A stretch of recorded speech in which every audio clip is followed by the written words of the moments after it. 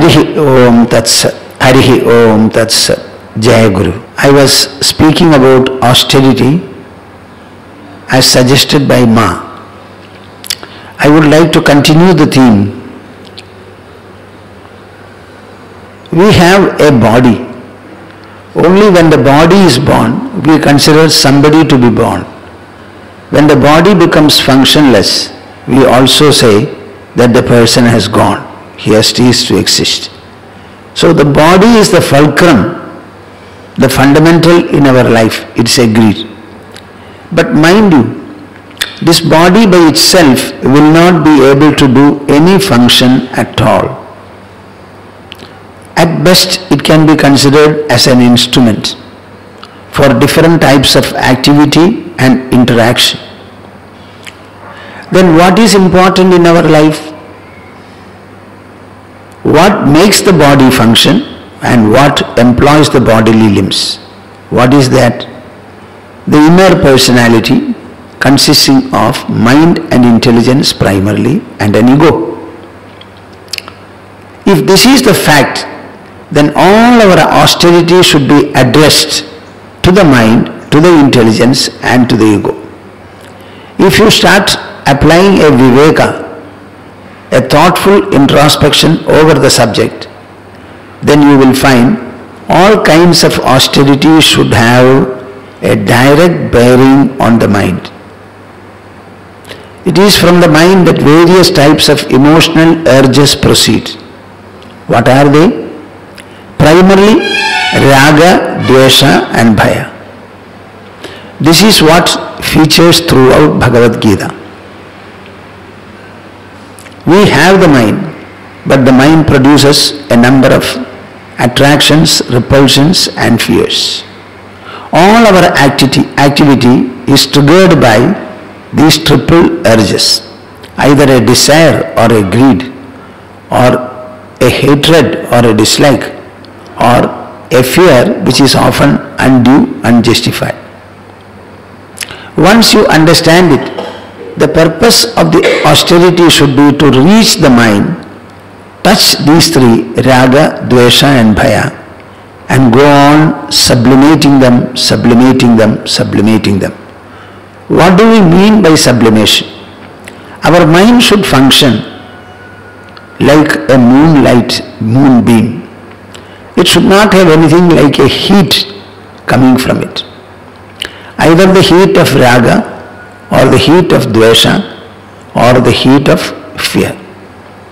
It is these urges, three, which multiply themselves into many others.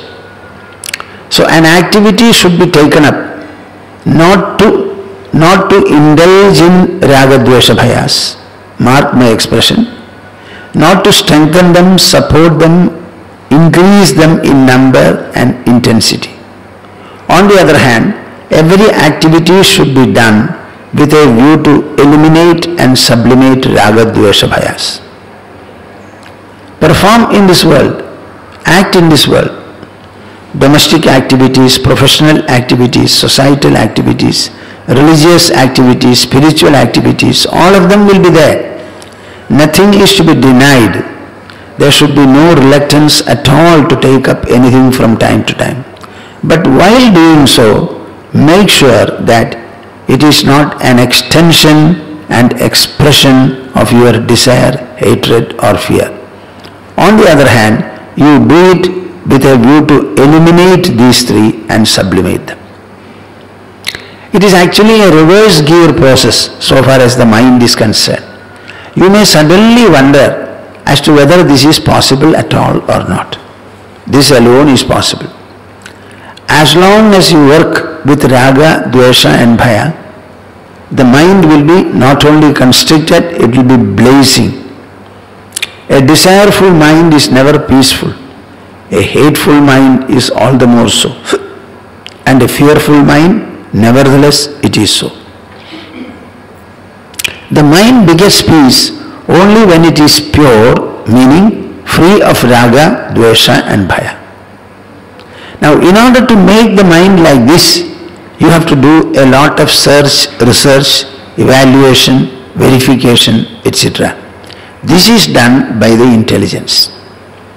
And with the help of what does the intelligence do this? With the help of our scriptures and allied scriptural compositions. Valmiki Maharshi wrote a Ramayana only to give the people of the plains a beautiful figure, personality like Sri Rama, whose life, whose activities, whose exploits, when remembered, will be a panacea for the mind. This is the purpose of Ramayana. Mahabharata is all the more so. Bhagavad Gita is the central scene of the entire Mahabharata drama. By reading or by hearing to scriptural compositions, you will find a number of thoughts are generated. They are instilled into your mind, as against the worldly thoughts which go on repeating. These spiritual philosophical inputs from the scriptural compositions will also gain a place in your mind. There will come a time when you will be convinced of the tormenting nature of secular life and the relieving nature of spiritual life. So these inputs will be sought more and more by you. You will start indulging or involving yourself in them, spiritual thinking. And the more and more you do so, the lighter and lighter the raga-dveshas become. The weaker and weaker they become. And there will be ideally a level and a state where all the three will become extinct. That extinction as such may not be within your reach immediately, but certainly, as in every examination, we have children or students scoring 50, 60, 70, 80, 85%, 90% like that. Here also you can reach that stage.